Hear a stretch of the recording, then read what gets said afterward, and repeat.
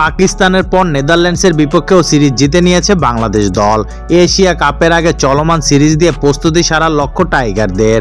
বোলারদের জন্য ভালো একটা পরীক্ষা হলো বলা যায়, তবে ব্যাটাররা নিজেদের প্রমাণ করার খুব একটা সুযোগ হয়নি, কেননা প্রথম 2 ম্যাচে 8 এবং 9 উইকেটে জয় তুলে নিয়েছে বাংলাদেশ দল। এমন জয়ের পর বিসিবির সভাপতি আমিনুল ইসলাম বুলবুল বলেন, অনেকগুলো ভালো খেলোয়াড় একসাথে এসেছে এবং আমাদের উচিত হবে এই বেঞ্চটাকে আমরা কিভাবে আরো প্রতিযোগিতামূলকভাবে রেডি করতে পারি। দেখেন, আমাদের একটা বড় গ্রুপ কিন্তু অলরেডি অবসরে এবং এখানে আমাদের এই প্লেয়ারগুলো এখন সুযোগ পেয়েছে। তিনি আরো বলেন, তবে এটা আমাদের দায়িত্ব এই গ্রুপটাকে আমরা কিভাবে গড়ে তুলেছি, কেননা এই ক্রিকেট এমন একটা খেলা যে ফর্মের অনেক উঠানামা হয়, তবে যখন বেঞ্চ সাইড বেঞ্চে যখন প্রতিযোগিতাটা বেড়ে যায় তখন দলের পারফরমেন্সের ধারাবাহিকতা থাকে। পরে আত্মবিশ্বাস নিয়ে বুলবুল বলেন, পরপর 3টা সিরিজ জিতলাম আমরা। আমার কাছে মনে হয়েছে যে প্লেয়ারদের আত্মবিশ্বাস ছিল অনেক, ক্রমাগত যে উন্নতির দিকটা সেটা দেখতে পাচ্ছি।